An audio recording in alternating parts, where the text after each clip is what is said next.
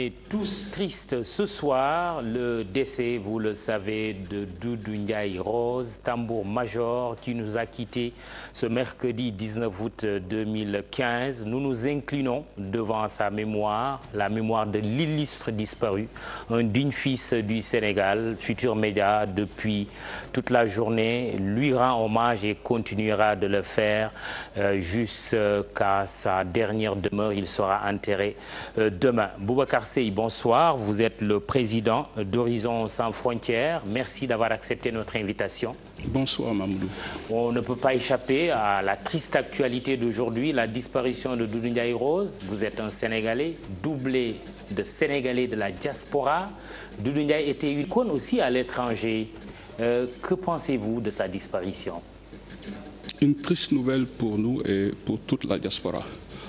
Horizon Sans Frontières en profite pour présenter ses condoléances au peuple sénégalais frappé par la disparition tragique de ces deux monuments de la culture sénégalaise, El Hadj Doudou Ndiaye Coumba Rose et Vieux Sang Faye. Ouais. Hier seulement, on parlait de Vieux Sang Faye. Effectivement. Ouais. Ils étaient pour nous des icônes, vous l'avez dit, et aussi des vecteurs de transmission d'africanité moderne, pour ne pas dire sénégalité moderne. Ils ont beaucoup joué dans les processus d'intégration culturelle à travers le monde, notamment le dialogue interreligieux. Et aujourd'hui, je crois que, au-delà même du Sénégal, je crois que c'est le monde entier qui est en deuil.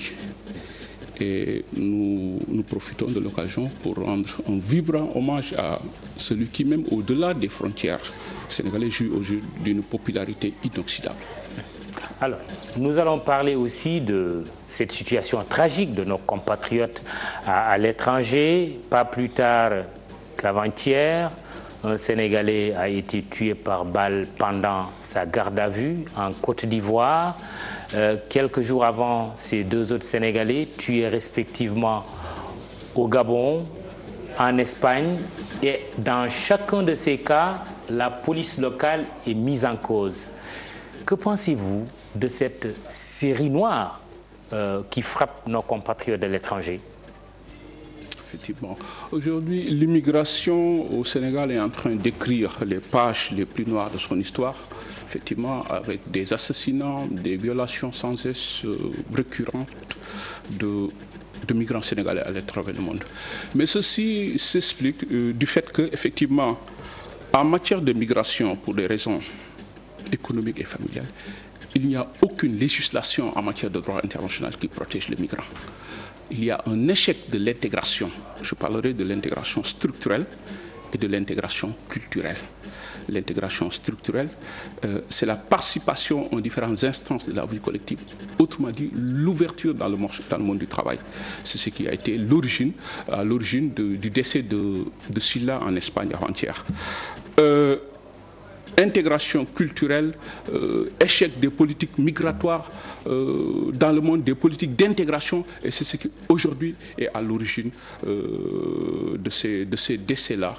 Malheureusement, le Sénégal aujourd'hui qui est une terre d'émigration, le Sénégal qui aujourd'hui dans le domaine des migrations sénégalaises, des migrations internationales, qui présente aujourd'hui de nombreuses facettes aux conséquences multiples dans nos sociétés en quête de vulnérabilité. Malheureusement, aujourd'hui, le Sénégal est très endeuillé et le phénomène devient récurrent. Oui, justement, c'est la récurrence du phénomène qui inquiète. Quelle lecture peut-on en faire? L'échec de l'intégration. Il faudrait revoir les processus d'intégration dans le monde. Est-ce que les Sénégalais pourraient être visés dans les pays dans lesquels ils sont établis? Non, je ne crois pas. Je ne crois pas que ça soit un problème purement sénégalais. C'est un problème que vivent les migrants en général, un problème qui provient du fait qu'effectivement, il y a un vide juridique, la souveraineté appartient à chaque pays, et que les processus d'intégration ont échoué. Parce que pour être efficace, toute politique migratoire doit se baser pour porter ses fruits du moins, toute politique migratoire doit se baser sur des stratégies d'intégration. Et l'intégration devrait être aujourd'hui un processus à double sens qui lie les migrants aux citoyens autochtones dans une relation constructive aboutissant sur le respect et la tolérance. Ce qui engage la responsabilité des pays d'origine, mais aussi des pays d'accueil. Est-ce que vous sentez une politique migratoire cohérente de part et d'autre?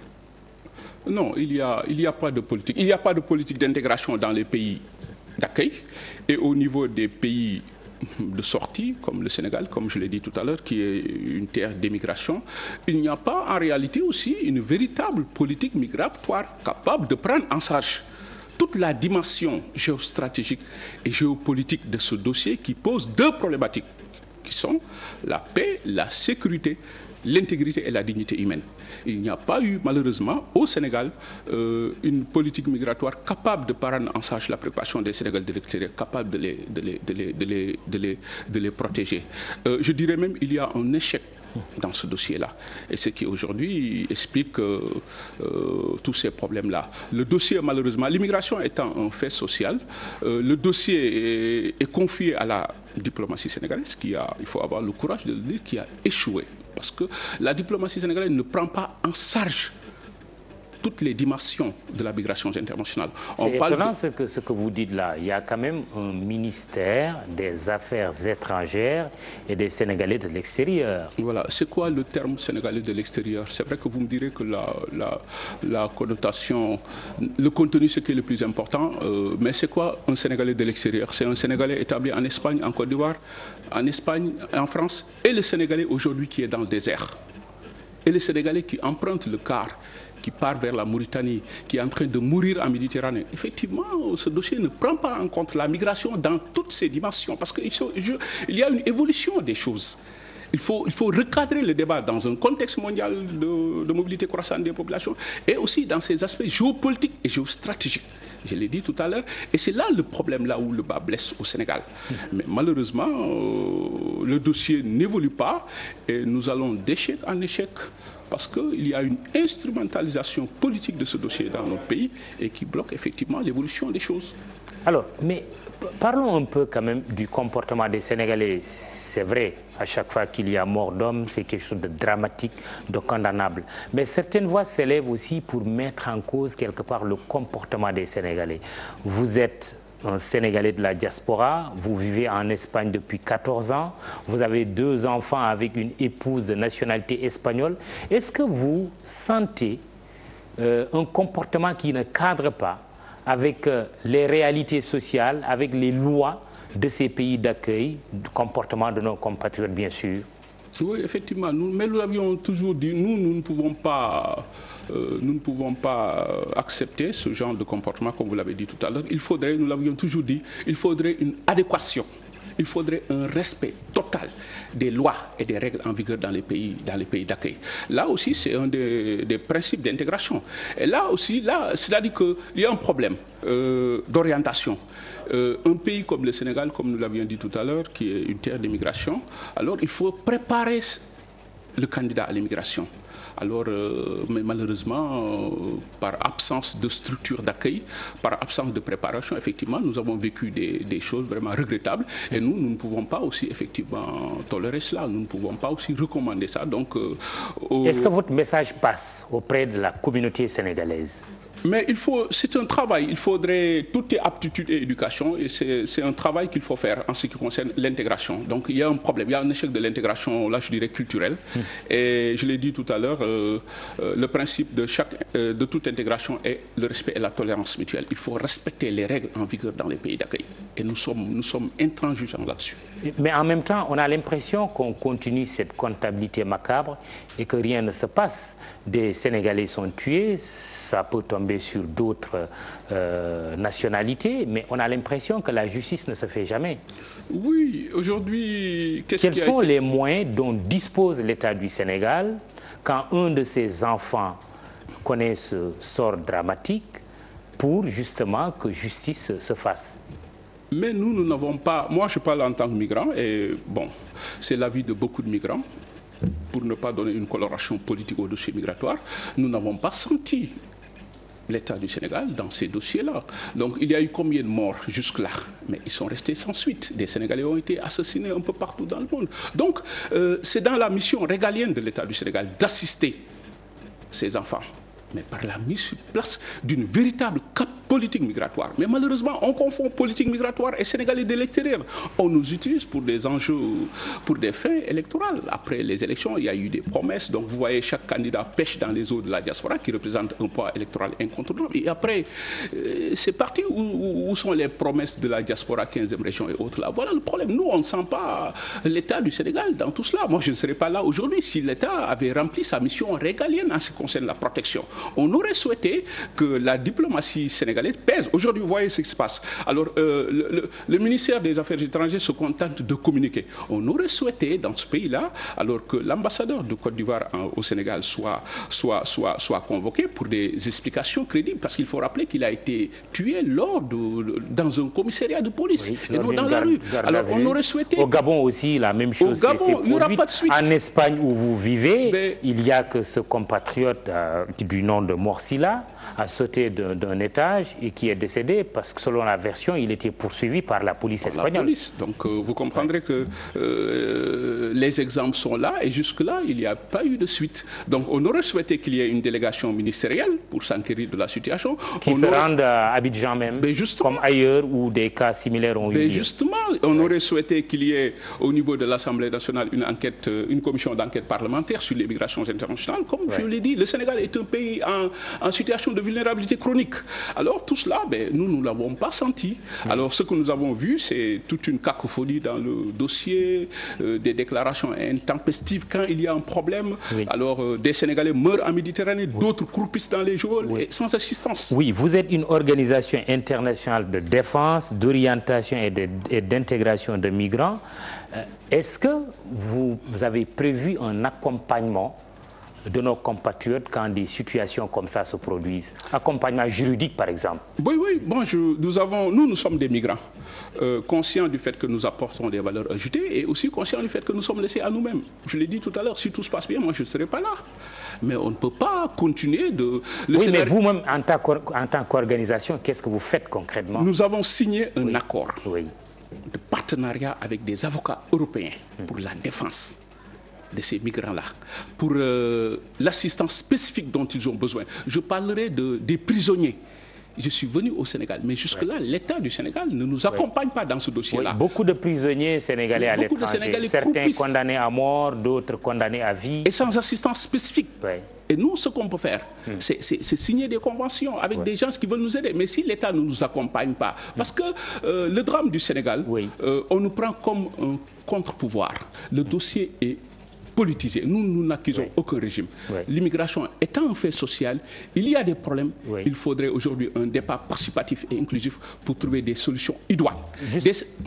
Terminez votre phrase. Des Sénégalais meurent en Méditerranée jusque-là. Mais on n'en parle pas, le sujet devient tabou. Et il y a un autre phénomène aussi dont il faut tenir compte, c'est qu'un migrant laissé à lui-même est très vulnérable en rapport aujourd'hui au terrorisme. Mais justement, et d'ailleurs même c'est... On a vu de jeunes Sénégalais qui sont enrôlés par des djihadistes. Mais si j'ai tenu même une conférence sur la question, et si rien n'est fait, toute la jeunesse africaine risque de s'enrôler dans le djihadisme parce que vulnérable.